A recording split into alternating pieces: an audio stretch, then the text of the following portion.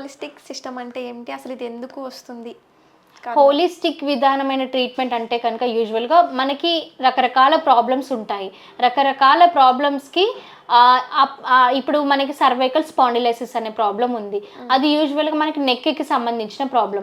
Cervical spondylosis అంటే మనకి బేసికల్గా నెక్ దగ్గర మనకి ఏవైతే వర్టిబ్రాస్ అనేవి ప్రజెంట్ అయి ఉంటాయో స్పైన్ రీజియన్లో, వాటిలో డిస్క్ బల్జ్ అనేది ఫామ్ అవుతుంటుంది. డిస్క్ హెర్నియేషన్ అనేది అవ్వడానికి అవకాశం అనేది కనిపిస్తున్నట్టు. సో దానికి మనకైతే కనుక యూజువల్గా అది చాలా లాంగ్ లాస్టింగ్గా మనకి ఈ ప్రాబ్లం అనేది సఫర్ అవుతూ ఉంటాం.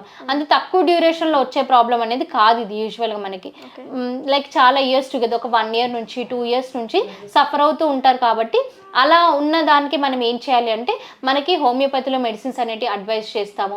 ఇది ఎంతకాలం మెడిసిన్స్ అనేవి యూజ్ చేసుకోవాలి, దానికి కొన్ని థెరపీస్ అనేవి ఉంటాయి. నెక్ పెయిన్ కానీ, ఆ స్టిఫ్నెస్ కానీ, మనకి బల్జ్ ఏవైతే స్టార్ట్ అయి ఉంటాయో ఆ బల్జ్ ప్రాబ్లం పోవడానికి దానికి మనం కొన్ని థెరపీస్ అనేవి అడ్వైస్ చేస్తాం ఆయుర్వేదంలో. సో ఇలా ఆయుర్వేదిక్ థెరపీ అనేది అడ్వైస్ చేస్తూ, ఇలా హోమియోపతి మెడిసిన్స్ అనేవి ఇస్తూ, ఇదే కాకుండా మనం ఆకు ప్రెజర్ అని చెప్పి, ఆకు పంచర్ అని చెప్పేసి ఇలా ట్రీట్మెంట్స్ అనేటివి ఒక్కో ప్రాబ్లంకి ఒక్కో కైండ్ ఆఫ్ సిస్టమ్ ట్రీట్మెంట్స్ అనేటివి మనకి హోలిస్టిక్ విధానంలో ఉంటాయి అన్నట్టు. హోలిస్టిక్ అంటే all kinds of treatments, all kind of system of the treatments అనేసి అంటాం అన్నట్టు.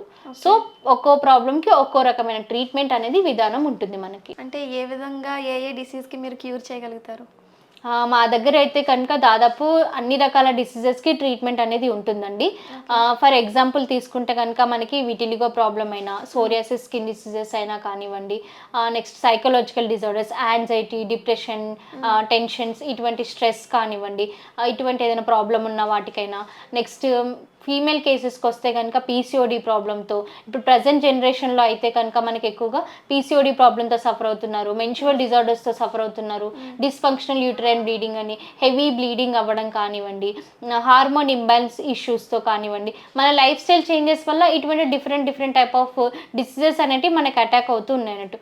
సో ఎటువంటి డిసీజ్కైనా కానీ మనకి హోమియోపతిలో మెడిసిన్స్ అనేవి ఉంటాయి.